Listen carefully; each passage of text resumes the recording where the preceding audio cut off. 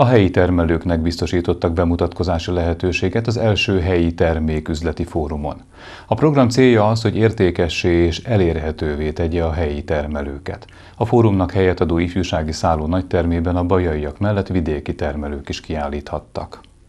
A kapcsolatépítésről és egymás termékeinek megismeréséről szólt az első helyi terméküzleti fórum, amelynek célja, hogy a helyi termékek keresleti és kínálati oldala találkozhasson. Azt tapasztaljuk, hogy bár nagyon sok kiváló helyi termék van Baján és környékén, de a helyi termelőknek nincsen piacismerete, kapcsolati hálója, értékesítés és marketing tapasztalata, hogy ezeket a termékeket bejutassák a kereskedelembe, a vállalkozásokhoz, és nagyon fontosnak tartjuk, hogy bekerüljenek a termékek a közétkeztetésbe. A résztvevőknek Kovács Anett, a Baja Marketing Kft. Közétkeztetésért felelős beszerzési vezetője tartott előadást arról, hogy milyen feltételek mellett szállíthatnak be hozzájuk a helyi termelők. A helyi beszerzőktől könnyebben, rugalmasabban tudunk beszerezni árut, tehát hogyha módosításokra van szükség, akkor talán rugalmasabbak, mint egy vidékről, messziről érkezett beszállító.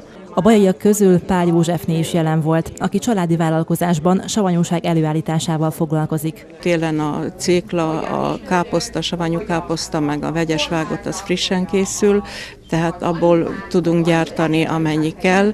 Most azért vagyok itt, hogy esetleg még valami piacot össze tudunk szedni magunknak, hogy így mondjam. Bácsalmásról is érkezett kiállító. Az asztalukon savanyúságok, krémek, lekvárok, ételízesítők, szörpök és befőttek fogadták a látogatókat.